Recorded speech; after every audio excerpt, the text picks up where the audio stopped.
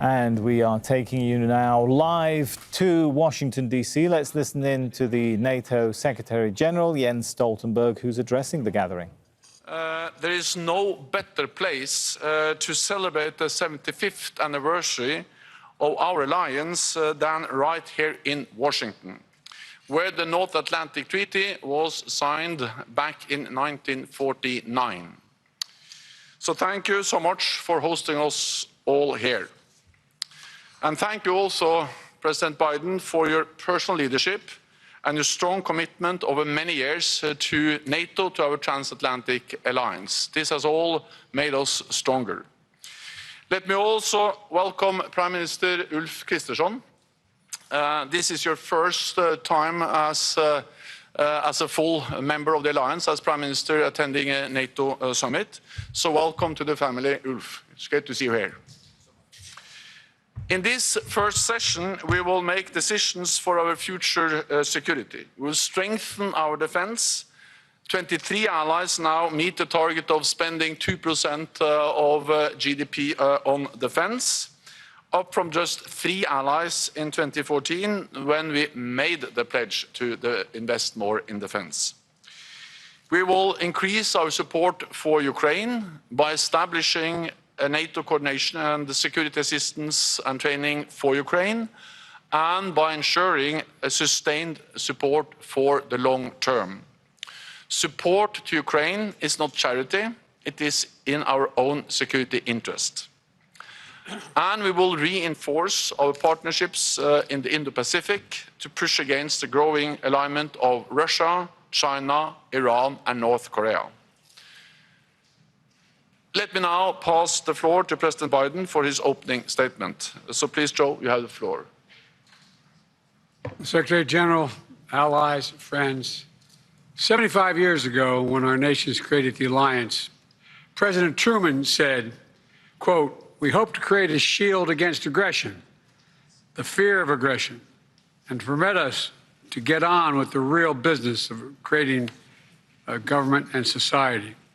For 75 years, our nations have grown and prospered behind the NATO shield. Today, we're stronger than we've ever been. Since I took office, we've doubled the number of battle groups in NATO's eastern flank, and the United States has.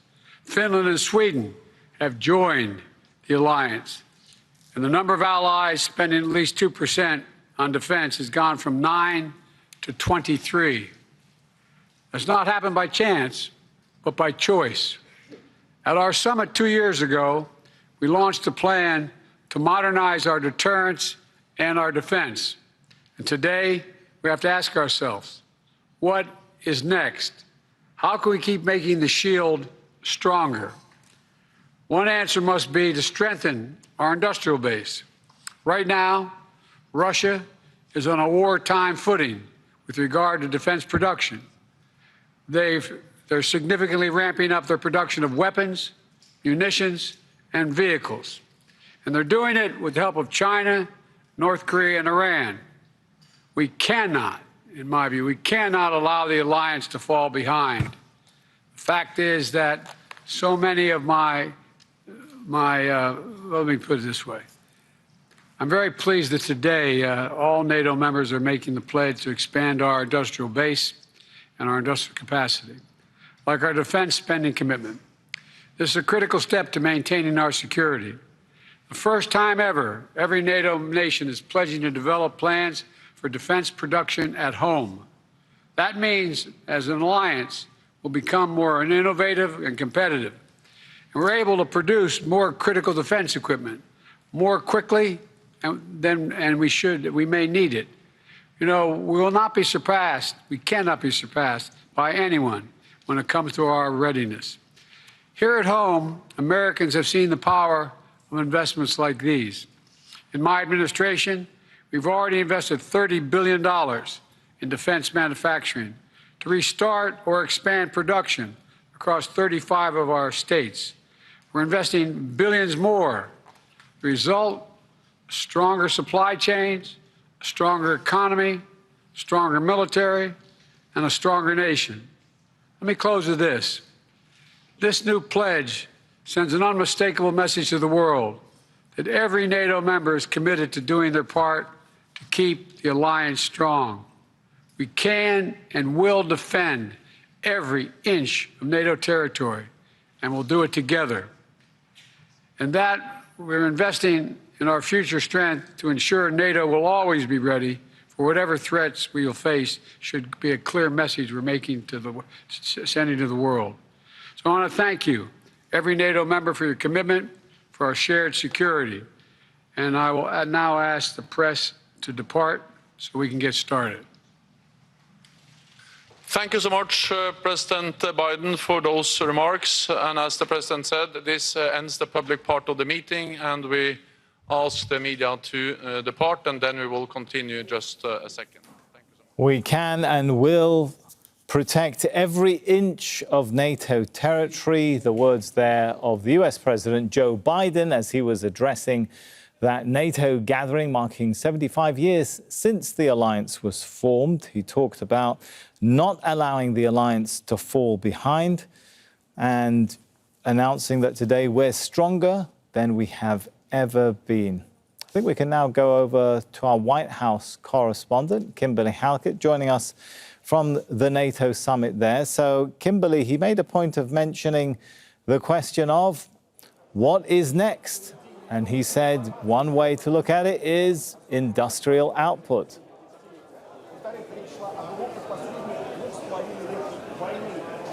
Yeah, that's right.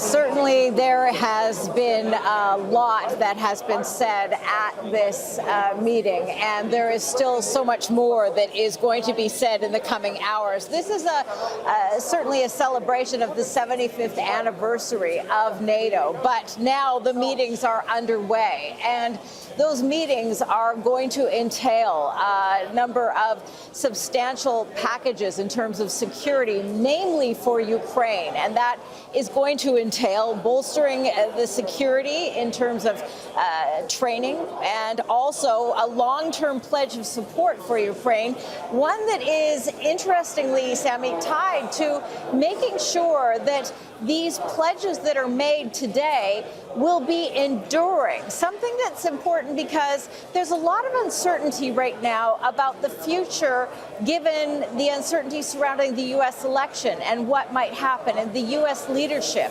with regard to the NATO alliance. So pledges that are made now need to withstand that changing tide of politics in the United States. And so there is fear, should another Trump presidency, for example, threaten the security assistance, these pledges need to be in place for a decade or more. So that is something else that is being discussed. We also know that there are going to be announcements of air defense, something we've already heard a little bit from in terms of the U.S. president, and also the Secretary of State, Antony Blinken, talking about the Western contribution of F-16s in place, flying over Ukraine by the end of the summer, in delivery as we speak, and also bilateral agreements, and of course talking about the pathway for Ukraine to ultimately also become a member of NATO. And we should point out as well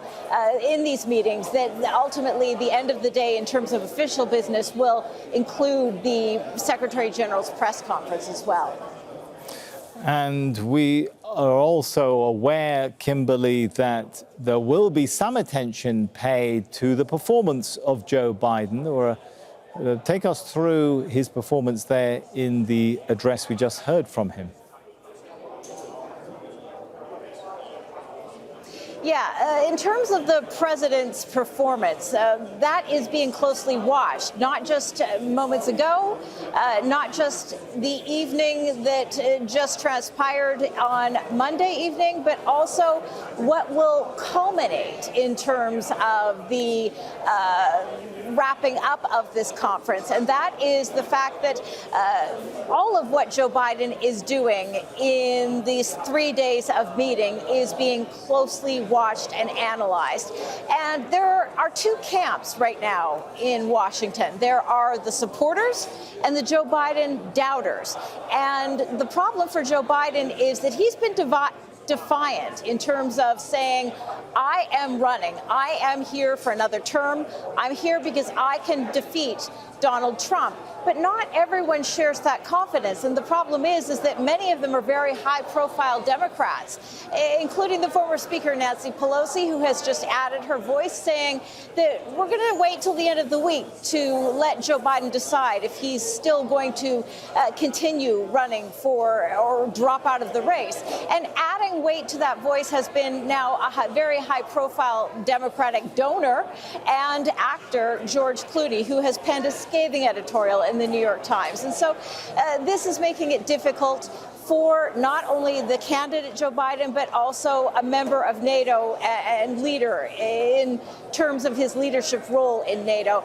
And that is also in the sidelines and private discussions, although you're not seeing it publicly. A lot of hand-wringing is taking place, wondering about the future of Joe Biden. He's always had a very strong commitment to this transatlantic alliance, but at the same time, many people wondering whether or not he will still be able to be here and be a part of that role come this time next year. All right, let's thank Kimberly Halkett. Make sure to subscribe to our channel to get the latest news from Al Jazeera.